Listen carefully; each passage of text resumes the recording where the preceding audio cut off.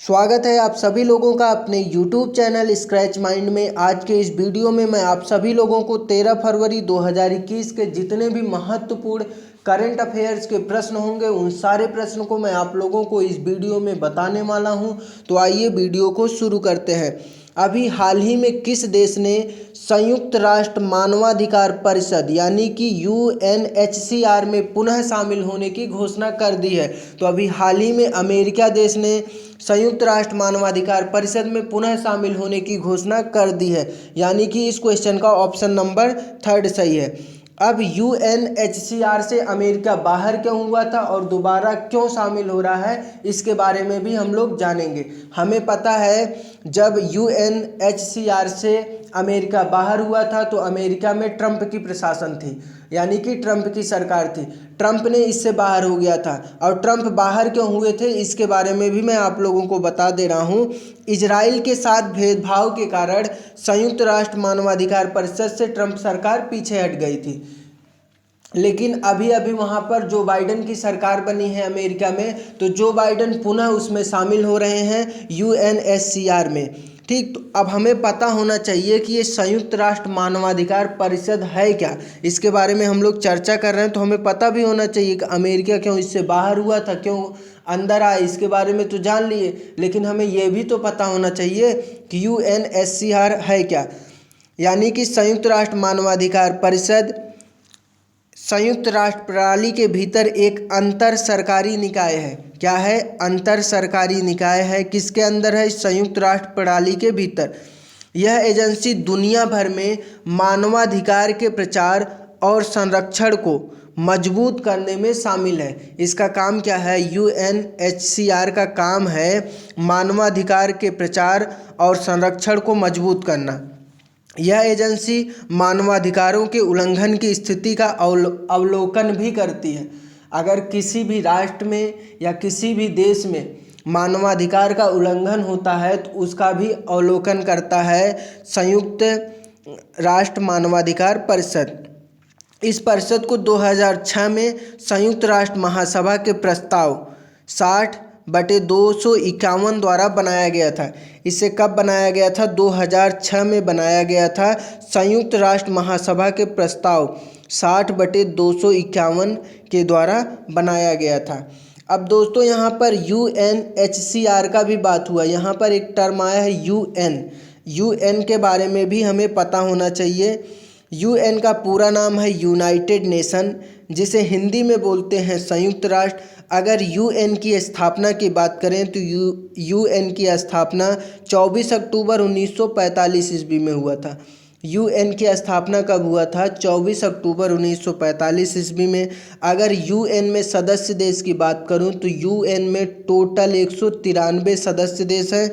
इसे भी आप लोग याद रखिएगा। और UN का अध्यक्ष एग्जाम में बहुत पूछा जाता है। अभी हाल में NTPC का भी एग्जाम हो रहा है अपने इंडिया में, तो NTPC के एग्जाम में भी ये क्वेश्चन पूछे गए हैं कई बार। तो जो UN के अध्यक्ष हैं उनका नाम क्या है? Antonio Guterres. क्या नाम है? Antonio Guterres. तो आप लोगों को पता चल गया UNHCR के बारे में भी और UN के बारे में भी मैं बता दिया आप लोगों को। चलते हैं अगले प्रश्न की तरफ। अगला प्रश्न है, अभी हाल ही में 101 शहीद कोरोना योद्धाओं की याद में किस राज्य के मुख्यमंत्री ने कोविड योद्धा स्मारक बनाने की घोषणा कर दी है? तो अभी हाल ही में 101 शहीद कोरोना योद्धाओं के लिए उड़ीसा राज्य के मुख्यमंत्री ने कोविड योद्धा स्मारक बनाने की घोषणा कर दी है, यानी कि इस क्वेश्चन का ऑप्शन नंबर 2 सही है। अब उड़ीसा की जो सरकार है, वहाँ के जो सरकार हैं नवीन पटनायक जी ने भुवनेश्वर में कोविड योद्धा स्मारक बनाने की घोषणा की है, जिसमें शहीद होने वाले 101 कोरोना योद्धा का नाम लिपिबद्ध किया जाएगा। जो स्मारक बनेगा उसमें क्या किया जाएगा? जो 101 कोरोना योद्धा हैं जो शहीद हो गए हैं उनके नाम लिखे जाएंगे। ठीक, और इसे उड़ीसा गवर्नमेंट बनवा रही है। और उड़ीसा के बारे में भी हमें पता होना चाहिए, तो उड़ीसा के बारे में हम लोग जान लेते हैं। उड़ीसा कब बना था? उड़ीसा 1936 ईस्वी में बना था। राजधानी की बात करूं तो उड़ीसा की राजधानी है भुवनेश्वर। मुख्यमंत्री कौन है? नवीन पटनायक जी हैं। और गवर्नर की बात करूं तो उड़ीसा के गवर्नर हैं गणेशी लाल जी। मुख्य न्यायाधीश की बात करूं तो उड़ीसा के मुख्य न्यायाधीश हैं एस मुरलीधरन। उड़ीसा में लोकसभा सीट कितनी है अगर पूछा जाए तो उड़ीसा में लोकसभा में 21 सीटें हैं। और विधानसभा में पूछा जाए तो विधानसभा में 147 सीटें हैं। राज्यसभा में 10 सीटें हैं। राज्यसभा में 10 सीटें हैं, तो इसे भी आप लोग याद रखिएगा। उड़ीसा से आप लोगों को एक झील याद रखना है, तो कौन सी झील है वो? चिल्का झील है। तो अब इसे याद रखना क्यों है चिल्का झील को? चिल्का झील को इसलिए याद रखना है क्योंकि यह भारत की सबसे बड़ी खारे पानी की झील है, तो इसलिए चिल्का झील को याद रखना। और चिल्का झील उड़ीसा में है, ठीक। और इस चिल्का झील को हम लोग लैगून झील भी बोलते हैं, इसे भी आप लोग याद रखिएगा। भारत का सबसे लंबा बांध हीराकुंड बांध भी उड़ीसा राज्य में ही है, ठीक। इसे भी आप लोग याद रखिएगा एक्स्ट्रा फैक्ट के रूप में। और अब्दुल कलाम द्वीप, जिसका पुराना नाम था व्हीलर द्वीप, ये भी उड़ीसा राज्य में ही है। इतनी जानकारी आप लोगों को उड़ीसा राज्य के बारे में पता होनी चाहिए। अगला प्रश्न है, अभी हाल ही में एसबीआई ने वित्त वर्ष 2021 के लिए भारत की जीडीपी कितने प्रतिशत रहने का अनुमान लगाया है? तो अभी हाल ही में एसबीआई ने 2020-21 के लिए भारत की जीडीपी -7.0% रहने का अनुमान लगाया है, यानी कि इस क्वेश्चन का ऑप्शन नंबर 1 सही है। अब दोस्तों यहाँ पर बात हुआ है एसबीआई ने बताया है जीडीपी, तो एसबीआई के बारे में भी हम लोग जानेंगे और जीडीपी होता क्या है इसके बारे में भी जानेंगे। तो सबसे पहले हम लोग जान लेते हैं जीडीपी के बारे में, जीडीपी होता क्या है। तो जीडीपी का फुल फॉर्म जानते हैं। जीडीपी का फुल फॉर्म है ग्रॉस डोमेस्टिक प्रोडक्ट, जिसे हिंदी में बोलते हैं सकल घरेलू उत्पाद।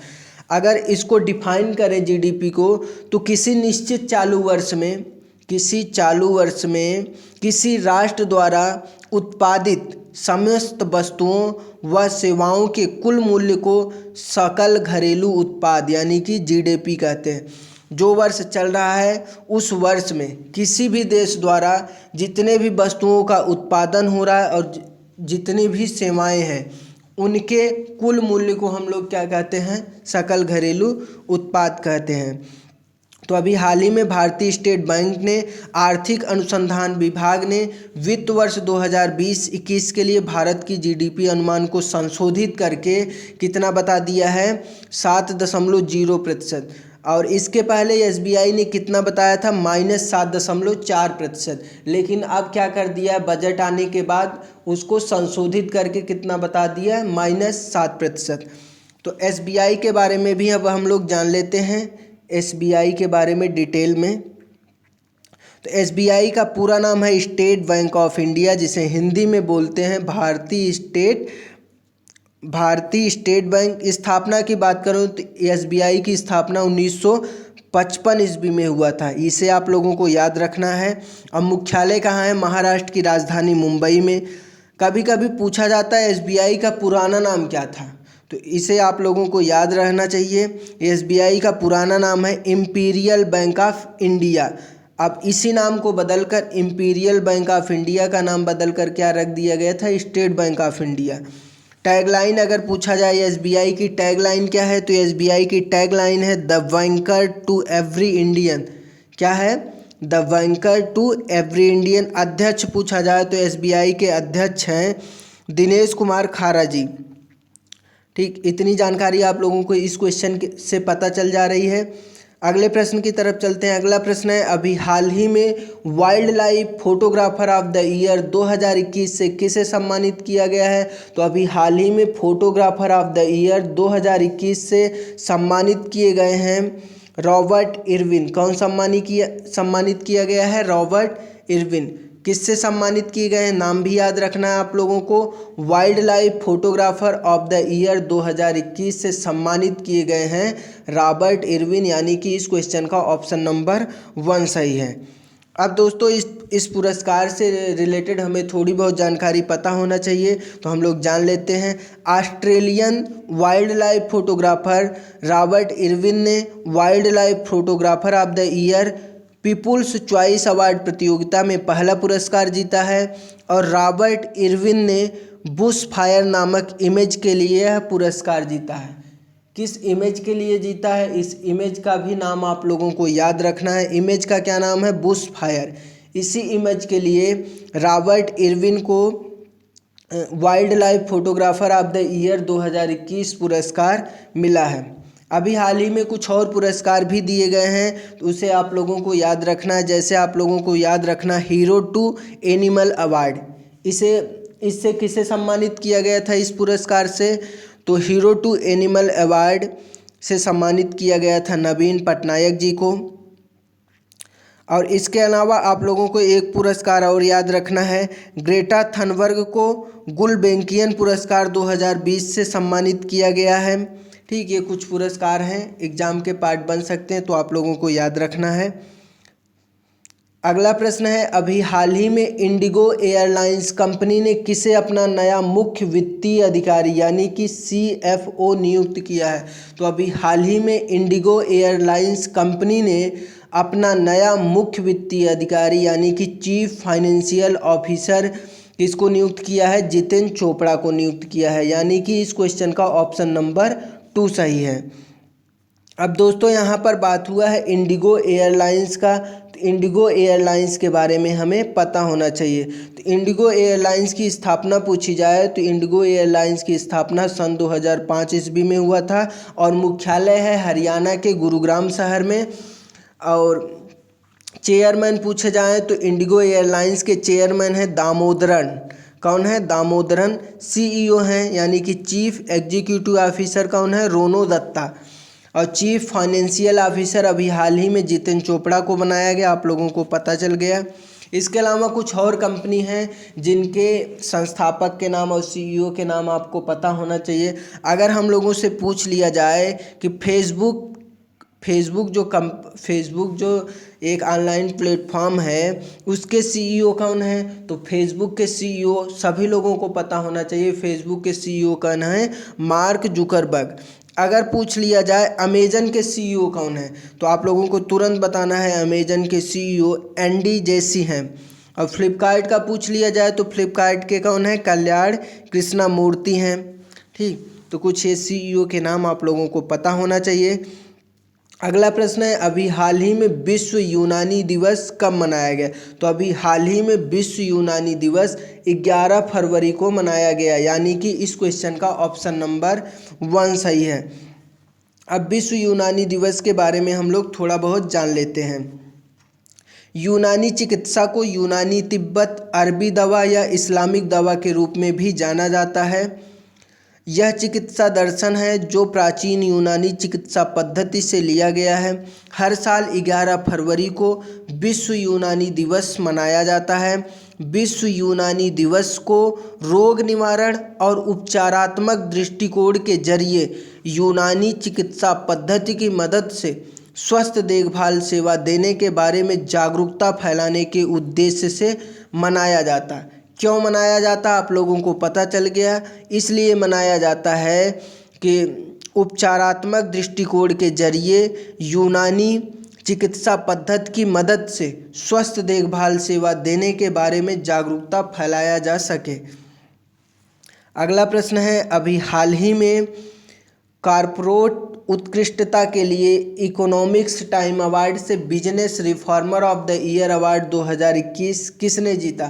तो अभी हाल ही में कॉर्पोरेट उत्कृष्टता के लिए इकोनॉमिक्स टाइम अवार्ड में business reformer of the year award 2021 Shaktikanta Das ji ने जीत लिया है। यानी कि इस क्वेश्चन का ऑप्शन नंबर 3 सही है।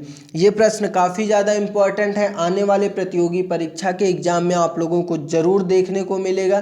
तो आप लोग इस प्रश्न को स्टार बना के नोट कर लीजिए। प्रश्न क्या है? हाल ही में कॉर्पोरेट उत्कृष्टता के लिए इकोनॉमिक्स टाइम अवार्ड में business reformer of the year, क्या business reformer of the year award 2021 Shaktikanta Das ji ने जीत लिया है।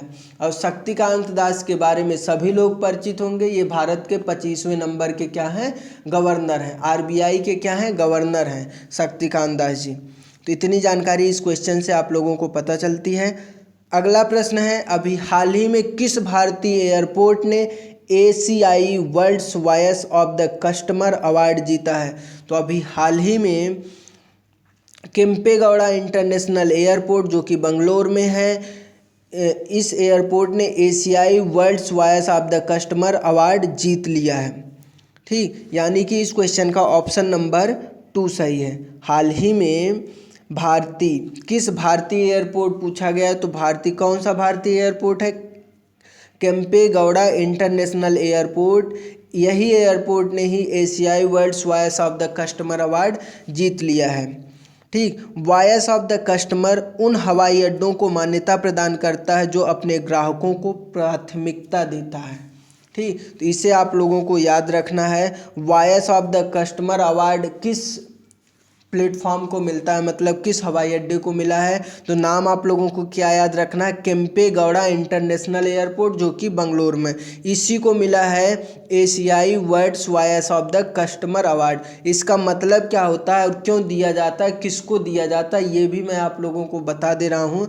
यह इसलिए दिया जाता है, वॉयस ऑफ द कस्टमर उन हवाई अड्डों को मान्यता प्रदान करता है जो अपने ग्राहकों को प्राथमिकता देते हैं। बंगलोर इंटरनेशनल एयरपोर्ट लिमिटेड या केम्पेगौड़ा इंटरनेशनल एयरपोर्ट बेंगलुरु को यह सम्मान कोविड-19 प्रकोप के बाद संदेश को फैलाने और यात्रियों के विश्वास के पुनर्निर्माण के लिए दिया गया है। यह पुरस्कार किसको दिया गया है? केम्पेगौड़ा इंटरनेशनल एयरपोर्ट को। तो याद रखिएगा, इंपॉर्टेंट क्वेश्चन है ये। अभी हाल ही में कर्नाटक का 31वां जिला कौन सा बन गया है? तो अभी हाल ही में कर्नाटक का 31वां जिला बन गया है विजयनगर, यानी कि इस क्वेश्चन का ऑप्शन नंबर 1 सही है। अगर कर्नाटक की बात करें तो कर्नाटक की राजधानी है बेंगलुरु, मुख्यमंत्री हैं BS येदियुरप्पा जी, और गवर्नर की बात करूं तो कर्नाटक के गवर्नर हैं वजुभाई वाला जी। अगर कर्नाटक में लोकसभा सीट की बात करूं तो कर्नाटक में टोटल आप लोगों को जो लोकसभा सीटें वो कितनी हैं? 28 देखने को मिलेंगी। राज्यसभा सीट की बात करूं तो राज्यसभा सीट 12 मिलेंगी। विधानसभा सीट की बात करूं तो विधानसभा सीट प्रेजेंट टाइम में 224 हैं और वैसे तो टोटल 225 हैं। और कर्नाटक से आप लोगों को एक चीज़ और याद रखना है, कर्नाटक में ही इसरो का मुख्यालय भी है जो कि भारत की स्पेस एजेंसी है। अगला प्रश्न है, अभी हाल ही में विज्ञान में महिलाओं व बालिकाओं के लिए अंतर्राष्ट्रीय दिवस कब मनाया गया? तो अभी हाल ही में विज्ञान में महिलाओं व बालिकाओं के लिए अंतर्राष्ट्रीय दिवस 12 फरवरी को मनाया गया, 11 फरवरी को मनाया गया, यानी कि इस क्वेश्चन का ऑप्शन नंबर 3 सही है। कब मनाया गया विज्ञान में महिलाओं व बालिकाओं के लिए अंतर्राष्ट्रीय दिवस? 11 फरवरी को मनाया गया। प्रतिवर्ष 11 फरवरी को विज्ञान में महिलाओं व बालिकाओं के लिए अंतर्राष्ट्रीय दिवस मनाया जाता है, आप लोग याद रखिएगा। और इस दिवस को संयुक्त राष्ट्र द्वारा प्रतिवर्ष 2015 से मनाया जा रहा है, ये भी आप लोग याद रखिएगा।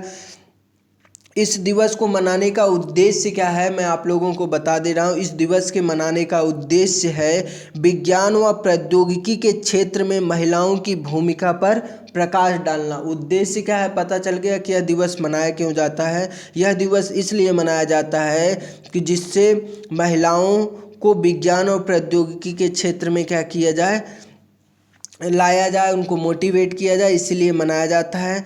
अगर क्वेश्चन पूछ लिया जाए विज्ञान में महिलाओं व बालिकाओं के लिए जो अंतर्राष्ट्रीय दिवस मनाया गया है 11 फरवरी का, इसका थीम क्या है, तो थीम आप लोग बता दीजिएगा। थीम है women scientist at the forefront of the fight against covid.